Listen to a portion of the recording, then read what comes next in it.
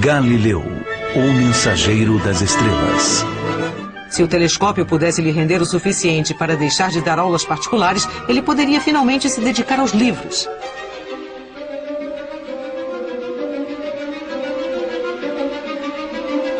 Rapidamente ele percebe que pode-se esperar muito pouco de um telescópio feito com lentes de óculos. Mas afinal de contas, Veneza é a capital europeia da fabricação de vidro. Galileu manda moldar as próprias lentes e poli-las em sua oficina. Devagar, bem devagar. Esfregue, esfregue. O primeiro telescópio proporciona uma ampliação de 6 vezes sem distorção. Para efeito de comparação, nossos binóculos modernos proporcionam um aumento de 7 vezes.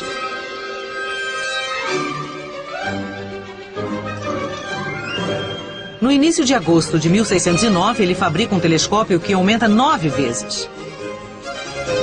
Em 21 de agosto, ele convida membros do governo para subir ao topo do campanário de Veneza.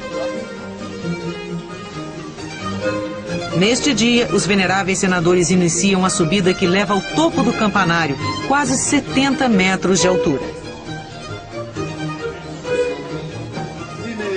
É uma subida difícil, ouvem-se murmúrios de descontentamento, mas uma vez no topo, os senadores serão recompensados por seus esforços. Para começar, Galileu se dá o prazer de atrasar o efeito da surpresa, pedindo para que admirem a paisagem. Que coragem! Ele revela um curioso instrumento que eles precisam aprender a manejar. Que objeto é esse aqui? Não. Quando a demonstração finalmente começa, a imagem proporcionada pelo invento de Galileu tem um efeito mágico sobre os senadores. A ilha de Murano parece muito perto. As torres dos sinos de Veneza estão a pequena distância. Os senadores têm a impressão de estar a bordo dos barcos ancorados no porto. Eles jamais tinham visto uma coisa daquelas. A demonstração é um grande sucesso.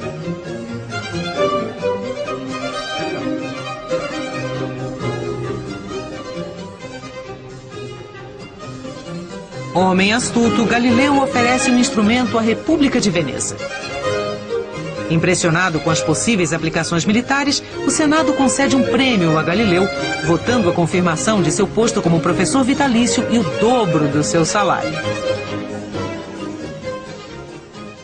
No outono de 1609, Galileu tem a ideia de olhar o céu, e ele observa o objeto mais brilhante do céu, que é a Lua.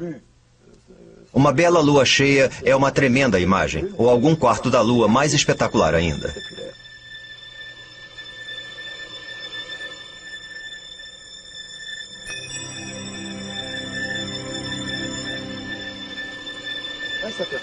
Então ele repara alguns pontos brancos que aparecem em áreas escuras e se inquieta, pensando o que seria aquilo.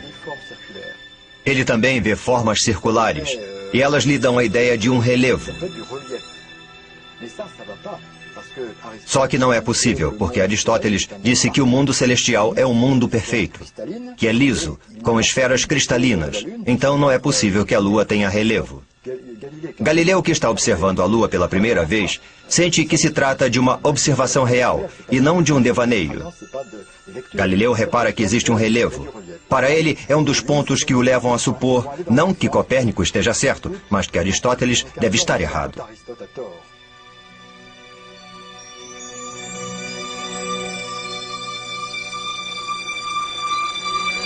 Posteriormente, Galileu escreve: perto da linha entre a parte obscura e a parte clara, há pequenas manchas escuras na parte clara e manchas claras na parte obscura. Quando a linha se altera, as manchas escuras ficam menores e as manchas claras maiores. É exatamente o que acontece na Terra no momento do nascer do Sol. A parte iluminada das montanhas fica maior, enquanto as manchas escuras dos vales ficam menores. Isso quer dizer que há montanhas na Lua. Através do comprimento das sombras, Galileu consegue calcular a altura das montanhas. Ele descobre que algumas têm uma altura de 7.000 metros, muito mais do que as montanhas terrestres conhecidas na época. A Lua apresenta um relevo extremamente irregular. Montanhas, vales, crateras. Galileu não hesita em descrever a Lua com palavras usadas na Terra. Para ele, a Terra e a Lua são da mesma natureza.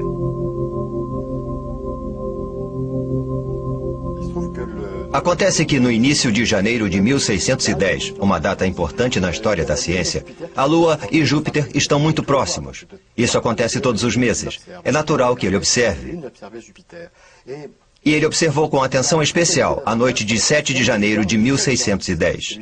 Ele observou Júpiter contra o céu de fundo e viu, para a estranheza dele, 3 pequenos pontos, 3 estrelas alinhadas, formando uma linha com Júpiter.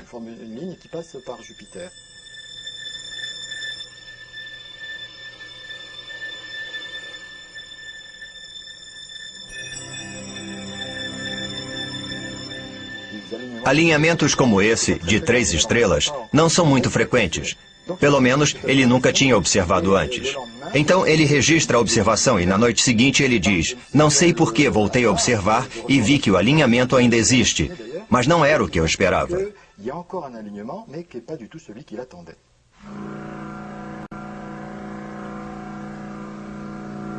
Na noite seguinte, Galileu repara que Júpiter não está mais entre as 3 estrelas, mas que elas estão situadas à direita do planeta.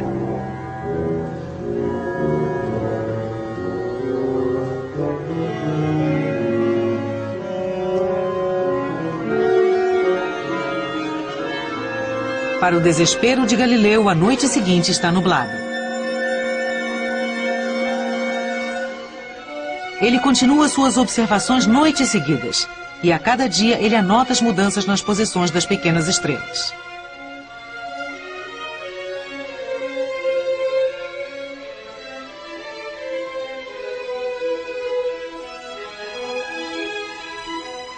Em 10 de janeiro tem 2 luas de um lado e uma do outro. E no dia 11 a mesma coisa. No dia 12 a mesma coisa.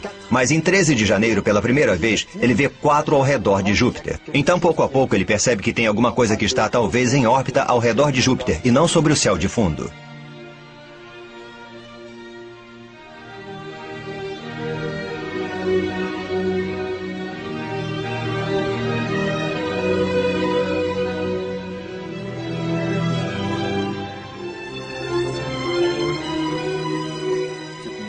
Essa é também uma grande descoberta para a história do pensamento, porque até então o centro do universo era único, era a Terra.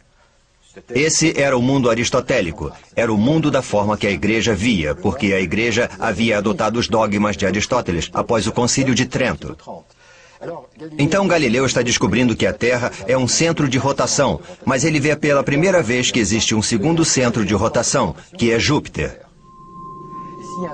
E se existe um segundo centro de rotação no espaço, quer dizer que todos os modelos que afirmam que só existe um único centro de rotação não são bons.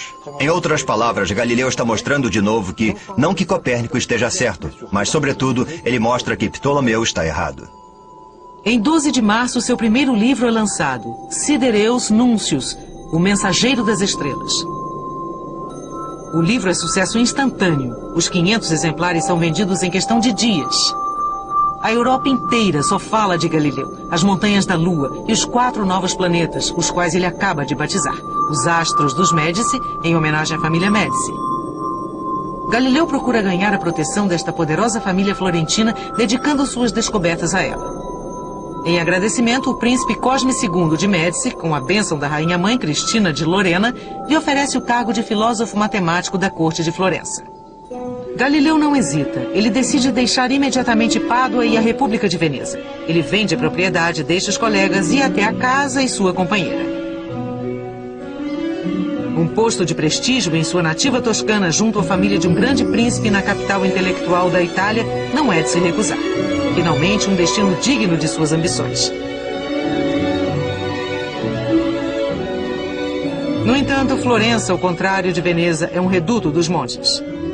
Em 1610, a cidade é o bastião dos freis dominicanos que pregam a luta contra todas as heresias, especialmente as que contradizem as Santas Escrituras.